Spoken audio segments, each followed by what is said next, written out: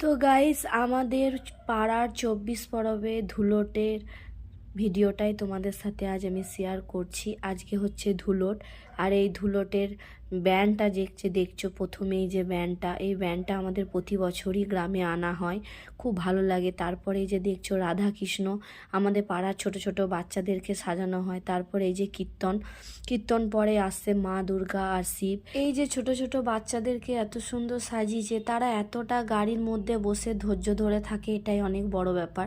তারপরে যেটা সেটা একটা কি বাজনা বলে আমি ঠিক জানি না, এটা এই বছরের নতুন আনা হয়েছে, আগে এটা আমি কখনো দেখিনি। তো খুব সুন্দর লাগছে, সাজিয়েছেও খুব সুন্দর। তারপর পেছনে এক কালারের ড্রেস পরে যেটা ব্যান্ড বাজছে। তারপরে যে আসছে আমার মেয়ে, রাম লক্ষ্মণ আর সীতা আর হনুমান, এই যে সেজেছে। তারপরে আসছে লাঠির উপরে যে নাচটা হয়, এটাকে ঠিক কি একটা বলে আমি ঠিক জানি না।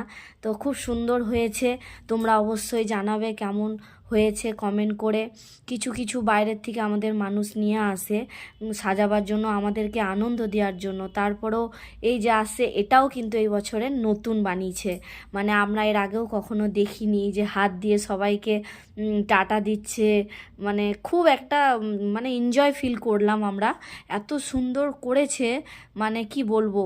আর এতটা যে পুরো গ্রাম ঘোরা হয় এইভাবে হেঁটে হেঁটে, মানে এটা তো অনেক, মানে কি বলবো। তারপর যেটা আছে একটা ঢোল, এই ঢোল এই দেখছো সবাই বাজাতে বাজাতে নিয়ে যাচ্ছে। এগুলো সবই আমাদের বাইরের থেকেই আনা হয় আমাদের গ্রামের মানুষদেরকে আনন্দ দেওয়ার জন্য। ঘটের ওপরে ঘট যেটা নিচে, এটা কিন্তু অনেকই রিস্ক ছিল, আগুন যেটা জ্বলছে। আর তাই সবাইকে বলছে যে কেউ বাতাসা ছড়াবে না, কেন কি কার গায়ে লেগে যাবে। কিন্তু এই মানুষগুলো এতটা যে ঘুরেছে এইভাবে মাথায় করে নিয়ে, মানে কিছু বলার নেই। তারপরে যেটা আসছে আমাদের ডিজে, আমরা সবাই মিলে খুব খুব এনজয় ফিল করেছি। আর আমাদের গ্রামে কত মানুষ এসেছে দেখো। আবার ভিডিওটা এই পর্যন্তই তোমাদের সাথে শেয়ার করলাম। আমার শরীরটা খুবই খারাপ থাকায় আমার একটু লেট হয়ে গেল ভিডিওটা ছাড়তে। Tata guys.